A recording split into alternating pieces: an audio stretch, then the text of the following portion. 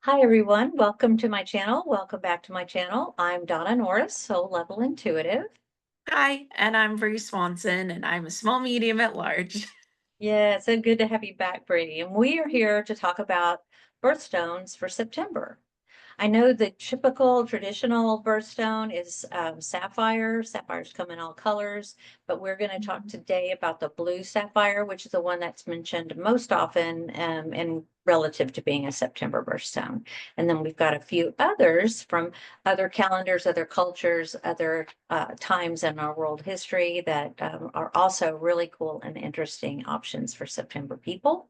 So if it's your birthday this month, or if you know somebody with a birthday this month, you might get some really cool ideas about because you know your people. And these stones are all to me a little different, although I think they probably do have some things in common. So let's go ahead and get started. First, we'll go with the blue sapphire. You want to open it up, Bree? Sure. So, Oh, it's um, beautiful. yes, it's the common birthstone that's associated for December.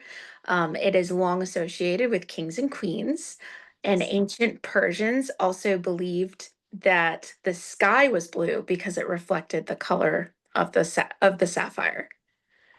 So, Neat. Those are yeah, beautiful, dark blue. yeah. Um, Mine is also a dark blue. But it's kind of a, if you look really close, and I can't get it right in the light, but it's got a little star in it. If you remember star sapphires, it's got a star in it. So it's a really pretty nice little stone. And like you said, this goes back to ancient times as a stone of royalty. The Greeks, the Romans, the Egyptians, the Etruscans, I mean, way back thousands, a couple thousand years BC. So yeah, and what it works with is the third eye chakra as well as the throat chakra. So, both are communication, ways of communication, either telepathically or verbally. And they work in unison. When they work in unison, the result is like highly attuned mental awareness and increased psychic senses, right? Yeah. So focusing, it helps you like to focus on what's below the surface, right to the root of a problem, and then be able to communicate what you're getting, what you sense, or what you see in an easily understandable way. So it's good Yeah. stuff for channeling, I think. Yeah, and it's a great stone for meditation too, and it's also a beautiful stone to put on your if you're able to have it in like a tumble. It's also great to put on your desk while you're working too. Oh, that makes good sense because it's all about focus. And Yeah. concentration. Yeah. Yeah, Yeah. yeah, and it's supposed to be a good stone for like learning new concepts and learning new ideas. So if you've got a student in your life, or got a test coming up, this might be a really good one to put in your pocket or wear on your body. Yeah. So now I had read that it's also good for helping you to like organize ideas and then, and then give you the mental energy to achieve your goals, to stick with it and follow through, to bring things from an idea into actual physical form. Yeah. So I love that about it. Yeah. I mean, even just having it on, like feeling it, like it's very calming.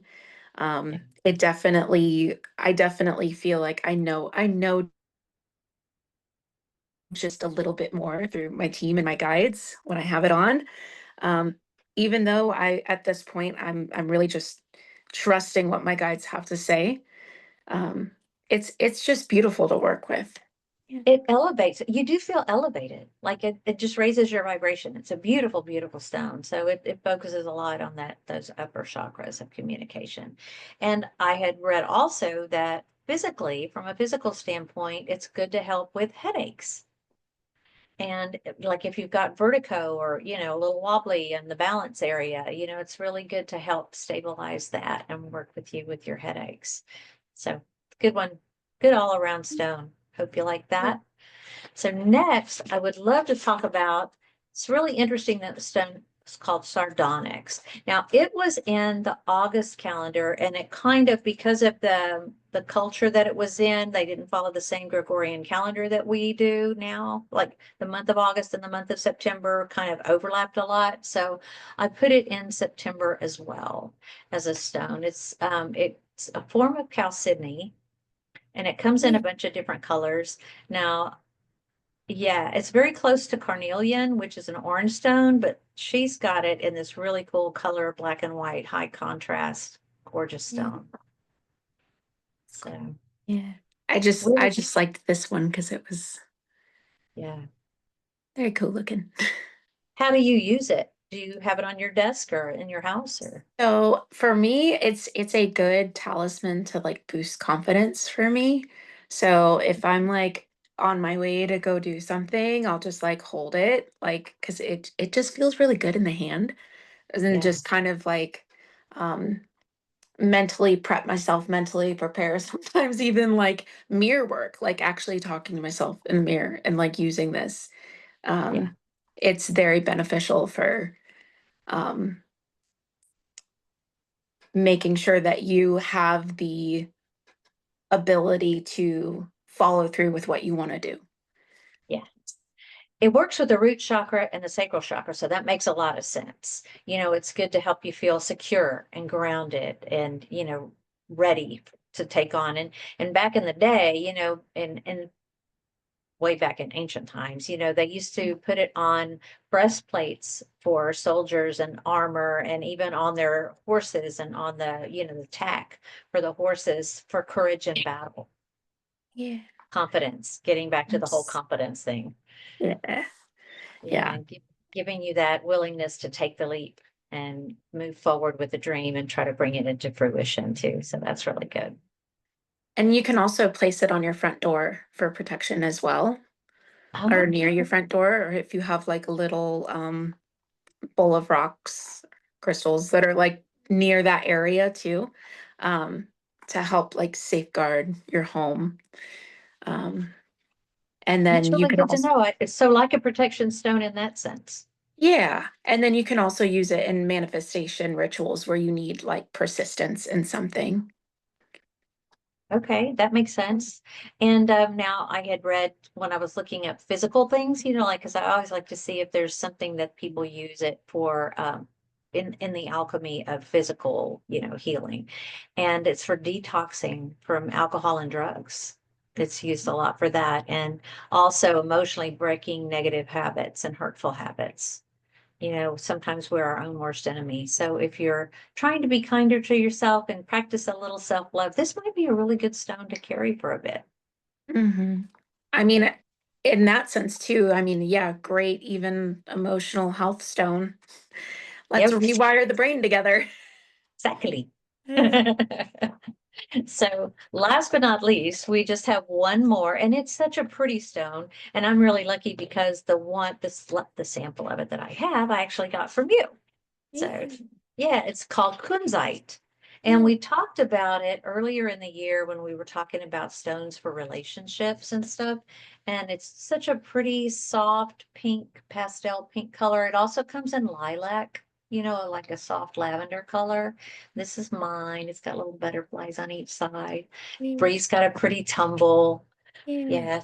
This one is all about the heart chakra, Mhm. unconditional love, pulling in all forms of love, not just romantic love, but just, an appreciation for life, appreciation for all kinds of good and wonderful vibration type deals.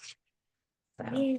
it teaches you to follow the urgings of your heart, not just live out of your head, making decisions with your left side of your brain.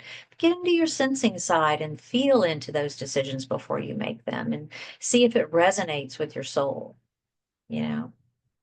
And it's a great stress reliever too. I have it over here with my lepidolite and my little tumble of morganite, and they just kind of sit together on my desk.